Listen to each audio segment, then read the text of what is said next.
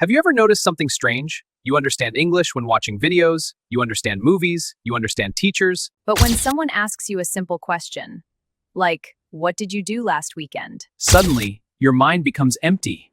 You start thinking in your language, then translating, then worrying about grammar, and finally you just say, nothing special.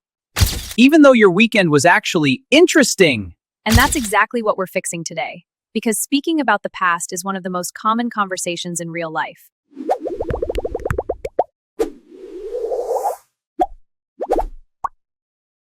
Hi everyone, welcome back to Tiptalk English channel, the place where learning English is simple, fun, and exciting. I'm Rose. It's so nice to see you again, Max. How are you doing today? I'm great, thanks. I had a really nice morning. What about you?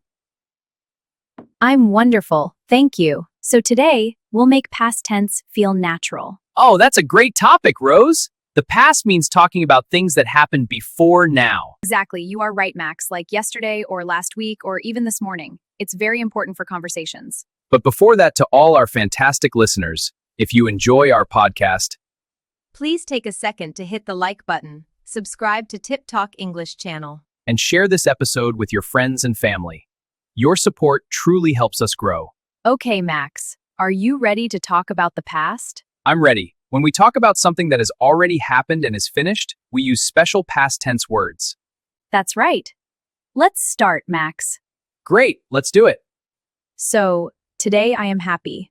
Yesterday I was happy. Perfect example. Am and is changed to was in the past. So today we say, the weather is cloudy. But what do we say about yesterday? Good question, Rose.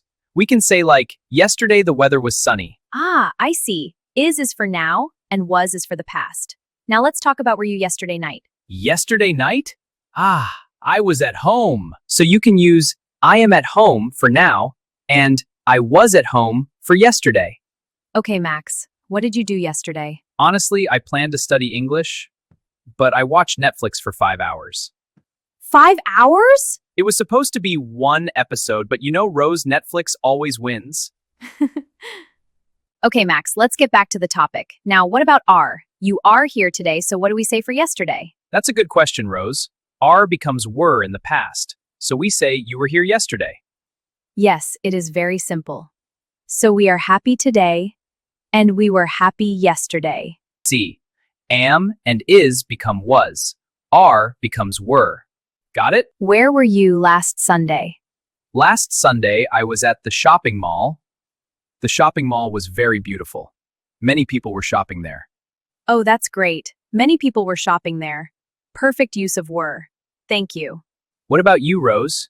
Where were you last weekend? Last weekend, I was at my parents' house, and I visited park with my parents. That's lovely. Visiting the park with family. Yes, we were all together. It was a beautiful day. Exactly. We use was and were to describe feelings, situations, or locations in the past. For example, I was happy, you were at home, and the weather was beautiful. Great, that covers to be. But what about actions? Things we do, like walk, talk, or cook. Yes, action words, or verbs. For many verbs in English, we just add ed at the end to talk about the past. For the past tense, we add ed. So talk becomes talked, walk becomes walked, and cook becomes cooked. Exactly. So today I talk on the phone. Yesterday I talked on the phone. See? Simple. Excellent. You're really good at this, Max. Let's take another verb, watch. For instance, I watch television at night. Yes. So for yesterday, you would say, I watched television at night. I watched a movie yesterday night, and you know, Max, it was a comedy movie, and I enjoyed a lot. Okay, let me share a short story. Yesterday, I walked to a small cafe and enjoyed some music on my earphones. That's great. I played the music and enjoyed the music. Perfect. And then? Then I paid the bill and I ordered a coffee. Paid, ordered. Yes, very good. So, Rose, what did you do last night? Last night, I cooked dinner for my family.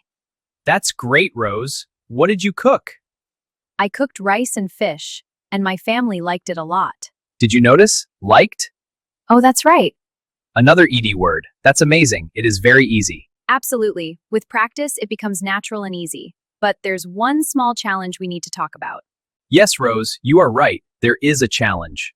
Yes, irregular verbs completely form in a different way.